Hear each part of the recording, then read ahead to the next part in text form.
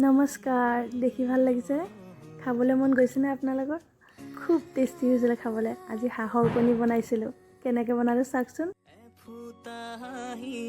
হাঁহি সামৰিলে হিয়া মোৰ মৰহি যায়, আজৰি পৰতে কথাবোৰ গাঁঠিলো, পাহৰো তোমাকে পাই।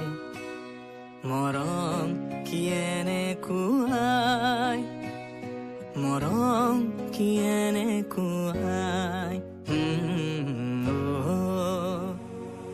এফুটা হাঁহিৰে হাঁহি সামৰিলে হিয়া মোৰ মৰহি যায়, আজৰি পৰতে কথাবোৰ গাঁঠিলো, পাহৰো তোমাকে পাই।